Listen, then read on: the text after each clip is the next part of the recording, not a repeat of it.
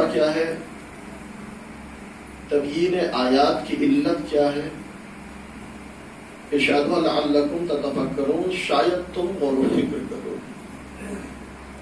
شاید تعقل کرو، تفکر کرو، سوچو سمجھو، عقل سے کام لو۔ قرآن کریم انسانوں کو مسلسل دعوت تعقل دے رہا ہے، دعوت تفکر دے رہا ہے۔ آپ اگر قرآن کا مطالعہ کریں تو ہر صفحے پر نہیں تو ہر دوسرے صفحے پر آپ کو اس طرح کے صیغے ملیں گے، افلا یعقلون، افلا تعقلون، افلا ینظرون، افلا یتدبرون۔ عقل سے کیوں نہیں کام لیتے، غور و فکر کیوں نہیں کرتے، سوچتے کیوں نہیں، سمجھتے کیوں نہیں، تدبر کیوں نہیں کرتے، تفکر کیوں نہیں کرتے؟ توجہ چاہتا ہوں۔ اسلام دین عقل ہے، اسلام دین فکر ہے، اسلام غور و فکر کی دعوت دینے والا دین ہے۔ قرآن کریم میں کم سے کم 80 مقامات پر لفظ عقل اور اس کے مشتقات کا استعمال کیا، کم سے کم 20 مقامات پر لفظ فکر اور اس سے جو ریلیٹڈ الفاظ ہیں ان کا استعمال کیا، اور بار بار یہ تدبرون اور ینظرون جیسے صیغے استعمال کر کے قدرت اپنے بندوں کو دعوت تعقل دے رہی ہے، دعوت تفکر دے رہی ہے۔ سوچو سمجھو غور کرو۔ کیوں؟ آخر اس کی وجہ کیا ہے؟ توجہ چاہتا ہوں۔ کیوں مسلسل قرآن دعوت تعقل دے رہا ہے؟ کیوں عقل سے کام لینے کی اتنی اہمیت؟ آخر اس کی وجہ کیا ہے؟ اسلام تعقل اور تفکر کو اتنی اہمیت کیوں دے رہا ہے؟ بار بار لفظ عقل کا استعمال قرآن میں کیوں ہو رہا ہے؟ جگہ جگہ لفظ فکر کا استعمال کیوں ہو رہا ہے؟ توجہ چاہتا ہوں۔ عزیزان محترم، اگر ہم اس سوال کا جواب تلاش کرنا چاہتے ہیں تو تھوڑا سا اسلام سے پہلے کے حالات کا تجزیہ کرنا ہوگا۔ اسلام سے پہلے کا زمانہ بڑا عجیب و غریب زمانہ تھا۔ یہ وہ زمانہ تھا کہ جہاں ہر مذہب، ہر دین، ہر آئیڈیالوجی، ہر مکتب فکر کا ایک ہی نعرہ تھا کہ خبردار عقل سے کام نہ لو، غور و فکر کرنا چھوڑ دو، جو کچھ ہم کہیں اسے بغیر سوچے سمجھے تسلیم کر لو، نجات کا یہی راستہ ہے، کامیابی کا یہی ذریعہ ہے۔ اسلام سے پہلے عقل سے کام لینا جرم اور کسی بھی دعوے کی دلیل کے مطالبے پر سزائیں معین تھیں۔ عقل سے کام لینے والوں کے ہاتھ کاٹے جاتے تھے، سولیوں پر چڑھایا جاتا تھا، قلم توڑے جاتے تھے، سزائیں دی جاتی تھی، کوڑے لگائے جاتے تھے۔ کوئی بھی مذہب ہو، کوئی بھی دین ہو، کوئی بھی آئیڈیالوجی ہو، اسلام سے پہلے سب نے عقل کو اپنا سب سے بڑا دشمن تصور کیا تھا۔ تعقل پر پابندی تھی، تفکر پر پہرے تھے۔ کوئی بھی دین ہو، کوئی بھی آئیڈیالوجی اور کوئی بھی مکتب فکر ہو، سب نے عقل کو اپنا سب سے بڑا دشمن تصور کیا۔ ہندوازم میں، میری طرف متوجہ رہے ہیں، ہندوازم میں عقل کا گلا کاٹ کر دیوتاؤں کی خوشنودیاں حاصل کرنے کی کوشش کی جا رہی تھی۔ یہودیت عقل کی لاش پر جشن منا رہی تھی، مجوسیت عقل کے خون سے ہولی کھیل رہی تھی، اور کنیسا کے دروازے پر انٹھی روایات کا اتنا تمیز پردہ پڑا ہوا تھا کہ اس کو ہلانا تو درکنار، اس پر نگاہ استدلال ڈالنا بھی کفر سمجھا جاتا تھا۔ لوگ افلاطون اور ارسطو کے نام سے خوف کھاتے تھے۔ جاہلیت کا ماحول اور عقل دشمن حالات تھے۔ لیکن عزیزان محترم، یاد رکھیے گا کہ اسی جاہلیت کے ماحول اور انہی عقل دشمن حالات میں سب سے پہلا اور آخری دین ہے دین اسلام، جس نے آتے ہی اعلان کر دیا من لا عقل لہو لا دین لہو، جس کے پاس عقل نہیں اس کا کوئی دین نہیں۔ صلوات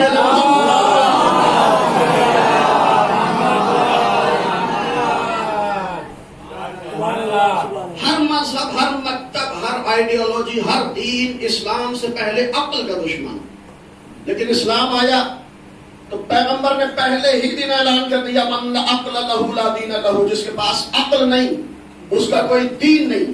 گویا پیغمبر اسلام روز اول ہی یہ بتانا چاہتے تھے کہ دیکھو، اسلام احمقوں اور بے وقوفوں کا دین نہیں ہے، اسلام صاحبان شعور کا مذہب ہے۔ ایک صلوات علی محمد۔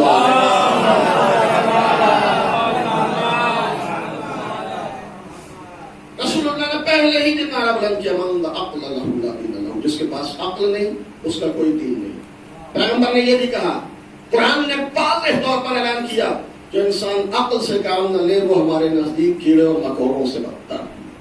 ان شر الدواب عند اللہ الصم البکم الذین لا یعقلون۔ ارباب اہل علم میرے سامنے موجود ہیں. من لا عقل له لا دین له, جس کے پاس عقل نہیں اس کا کوئی دین نہیں. جو عقل سے کام نہ لے وہ ہمارے نزدیک جلے اور مقاموں سے بدتر. اسلام نے آتے ہی اپنی دی ہوئی ہر خبر اور اپنے پہنچائے ہوئے ہر پیغام کو عقل کی کسوٹی پر پرکھنے کی دعوت عام دے کر محفل ادیان میں زلزلہ پیدا کر دیا. صدیوں کی منجمد فکریں پگھلنے لگیں, اندھے عقیدوں کا زندان ٹوٹا, جھوٹی عقیدتوں کی دیواریں گری, گونگے دماغ بولنے لگے اور خرافات کی مہروں سے خاموش کیے جانے والے ہونٹوں نے اذانیں دینا شروع کیا. صلوات بھیجے محمد.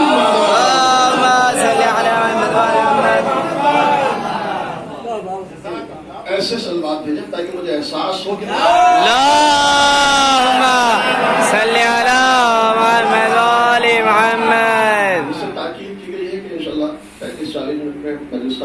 کوشش یہ کروں گا کہ آپ کے کھانے کے ٹائم سے پہلے آپ کی زحمت تمام کر دوں.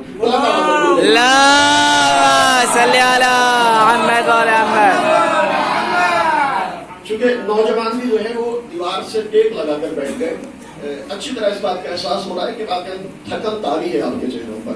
ذرا بلند آواز میں درود پڑھیں.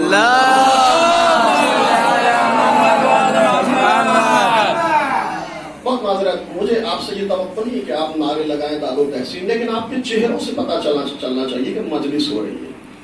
آپ سے زیادہ میں محنت کر رہا ہوں اور آپ سے زیادہ محنت کر کے آیا ہوں. ایک بلند آواز میں درود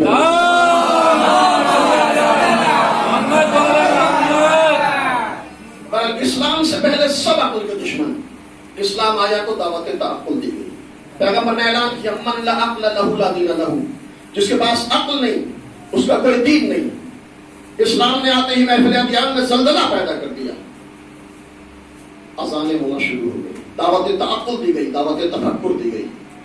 اسلام آیا تو عقل کو آزادی میسر ہوئی. عقل نے آزاد فضاؤں میں سانس لینا شروع کیا. لیکن عزیزو, تاریخ پر آپ کی نظر ہے, یہ عقل کی آزادی کا زمانہ بڑا محدود زمانہ تھا, بڑا مختصر زمانہ تھا. پلک جھپکتے ہی یہ زمانہ بیت گیا.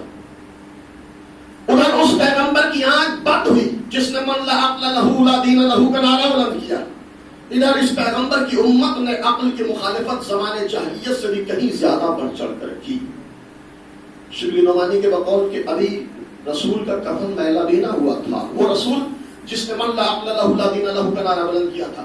ابھی پیغمبر کو گئے ہوئے چند دن بھی نہ ہوئے تھے کہ پیغمبر کی امت نے عقل کی مخالفت زمانے جاہلیت سے کہیں زیادہ بڑھ چڑھ کر کی. اب کیفیت یہ ہے عالم اسلام کی امت مسلمہ کی پیغمبر کے بعد عقل کی مخالفت میں کیفیت یہ ہے کہ اگر کوئی عقل سے کام لیتا ہے تو اس کو کافر, زندیق, منافق اور رافضی جیسے القابات سے نواز دیا جاتا ہے. چاروں طرف عقل کی مخالفت ہوئی, لیکن عزیزو نتیجہ کیا ہوا؟ عقل کی مخالفت کا نتیجہ کیا ہوا؟ عقل کی مخالفت کا نتیجہ یہ ہوا کہ آج غربت, افلاس, غلامی, محکومی, ناکامی, بدنامی, یہ ساری چیزیں مسلمانوں کا مقدر بن کر رہ گئی.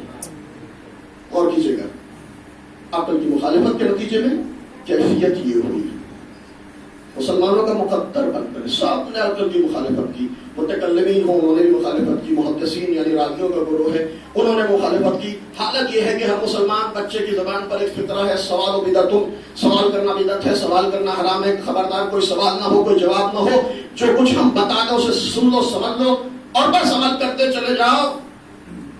سوچنے کی ضرورت نہیں, غور کرنے کی ضرورت نہیں, تعقل کی ضرورت نہیں, تفکر کی ضرورت نہیں. ایک صلوات پڑھیں محمد والا. اللہم صلی علی محمد وآل محمد. اللہم صلی علی محمد وآل محمد. پیغمبر کے بعد امت مسلمہ نے عقل کی مخالفت بڑی شدت و مت سے کی.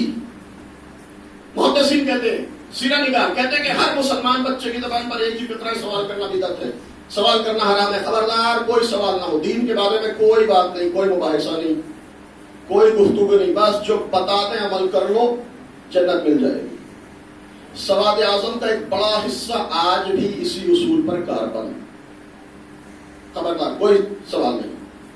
شبلی نعمانی کہتے ہیں کہ امت مسلمہ کی کیفیت یہ ہے, عقل کی مخالفت میں امت مسلمہ کی کیفیت یہ ہے کہ اگر کبھی کسی مسلمان کے لب پر حرف شکایت آیا بعد اقتدار کے مظالم کے نتیجے میں, بنو امیہ اور بنو عباس کے مظالم کے نتیجے میں کبھی کس نے لب کھولے تو شاطران سیاست کی طرف سے یہ کہہ کر خاموش کرا دیا گیا آمنا بالقدر خیرہ و شرہ، جو کچھ ہو رہا ہے وہ اللہ کی مرضی سے ہو رہا ہے، خیر بھی اللہ کی طرف سے ہے اور نعوذ باللہ شر بھی اللہ کی طرف سے۔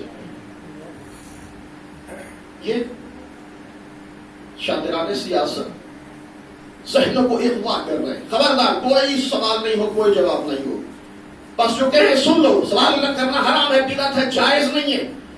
ایک واقعہ نقل کرتے ہیں کہ شبیر نعمانی ایک واقعہ نقل کرتے ہیں کہ ایک محدث ایک راوی منبر پایا، اس نے روایت بیان کی، حدیث بیان کی، کہتا ہے کہ جناب آدم اور جناب موسیٰ کے درمیان مناظرہ ہوا۔ اہل مجلس میں سے ایک شخص کھڑا ہوا، کہنے لگا بھائی اتنا بتاؤ کہ جناب آدم اور جناب موسیٰ ایک جگہ جمع کر ہوئے تھے جو ان کے درمیان مناظرہ ہوا؟ کہا سوال کرنے والے کو قتل کر دیا جائے، سوال کرنے والے کو قتل کر دیا گیا۔ یہ کیفیت ہے امت مسلمہ کی، سوال کرنے والے کو قتل کر دیا گیا۔ متکلمین نے بھی عقل کی مخالفت کی، محدثین نے بھی روایات کے پوسیدہ خنجر سے عقل کا قلع کما کیا۔ عجیب و غریب روایات امت مسلمہ کے حوالے کر دی گئی، جس کے نتیجے میں انتشار اور خلفشار میں امت مسلمہ مبتلا ہو گئی، چاروں طرف عقل کی مخالفت کی گئی۔ لیکن عزیزان محترم، اسی جاہلانہ ماحول اور عقل مخالف حالات میں کچھ وارثان عقل و حکمت تھے جو عقل کی حفاظت میں مشغول تھے۔ علی کے حکیمانہ کلمات ذہن انسانی کو جھنجھوڑ رہے تھے۔ امام حسن اور امام حسین کے خطبے اور سید سجاد کی دعائیں فانوس بن کر شمع عقل کی حفاظت کر رہی تھیں۔ اور جب ذرا سیاسی دباؤ کم ہوا تو امام محمد باقر اور امام جعفر صادق علیہ السلام کی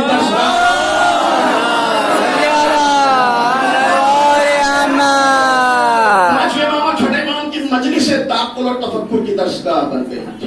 شبیر نعمانی کا جملہ کہتے ہیں کہ اگر بات کے آنے والے زمانے میں کوئی عقل کی شمع روشن کرنے والا ملتا ہے تو اس کا تعلق بالواسطہ یا بلا واسطہ، ڈائریکٹ یا انڈائریکٹ، اسی درسگاہ امام صادق علیہ السلام سے ہے۔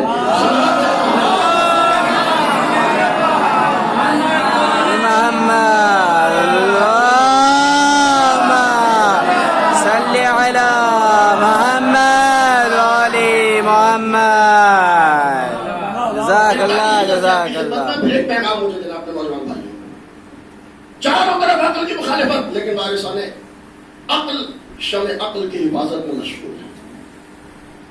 امام حسن امام حسین کے خطبے سید سجاد کی دعائیں فانوس بن کر شمع عقل کی حفاظت کر رہی ہیں۔ پھر چھٹے پانچویں اور چھٹے امام کا دور، شبلی نعمانی کہتے ہیں کہ مامون الرشید کے زمانے کو پڑھا لکھا نوجوان میرے سامنے، تاریخ پر آپ کی نظر ہے، میں چاہتا تو ایسا موضوع اٹھا لیتا کہ آپ نعرے بھی لگاتے اور خوب داد بھی دیتے، لیکن کہا گیا کہ حسین گنج پڑھے لکھے لوگوں کی بستی ہے، تو میں نے بھی موضوع تھوڑا سا پڑھا لکھا لیا ہے تاکہ آپ تک بات منتقل کر سکوں۔ اللہم صلی علی محمد و علی محمد۔ مجمع بھی جان لیتا ہے کہ خطیب کیا کہنے والا ہے، خطیب بھی سمجھ لیتا ہے کہ مجمع کیا سننا پسند کرتا ہے۔ ایک سب بات میرے محمد اللہم صلی علی محمد و علی محمد۔ دعوے آپ بھی بہت کچھ کر سکتے ہیں، میں بھی بہت کچھ کر سکتا ہوں، لیکن کچھ باتیں آپ کی خدمت میں عرض کرنی ہے۔ پانچویں امام اور چھٹے امام کا دور، عقل کی حفاظت ہو رہی ہے۔ چھٹے امام کے بعد زمانہ اور گزرا، شبلی نعمانی کہتے ہیں مامون الرشید کا زمانہ آیا، تو مامون الرشید کا زمانہ آزادی عقل کا بہترین زمانہ کہا گیا، عہد زرین سے تعبیر کیا گیا، بہترین سنہری زمانہ آزادی عقل کا۔ کیوں؟ اس لیے کہ اس نے لوگوں کو بحث و مباحثے کی اجازت دی، تعقل اور تفکر کی دعوت دی مامون الرشید نے۔ شبلی نعمانی کا جملہ وہ بھی اس لیے کہ یہ امام رضا علیہ السلام کا شاگرد تھا۔ غور نہیں کیا آپ نے، تاریخی تجزیہ ہے۔ مامون رشید کا زمانہ آزادی عقل کا زمانہ اس لیے تھا کہ مامون آٹھویں امام کا شاگرد تھا، ورنہ شبلی نعمانی کہتے ہیں کہ مامون کے زمانے سے پہلے ہارون کے زمانے تک یہ مشہور تھا کہ اسلام عقل اور استدلال کے ذریعے نہیں، اسلام تلوار کے ذریعے پھیلایا گیا ہے۔ لیکن عزیزوں، مامون کے بعد پھر تاریخ نے کروٹ بدلی، پھر قلم توڑے جانے لگے، پھر سولیوں پر چڑھایا جانا لگا، پھر ہاتھ کاٹے جانے لگے، پھر عقل کے مجرموں نے عقل کا مقتل آباد کیا، پھر مسلمانوں نے عقل کے جنازے کو اٹھایا، آسانی سے نہیں دھوم دھام سے اٹھایا، ایک بار نہیں بار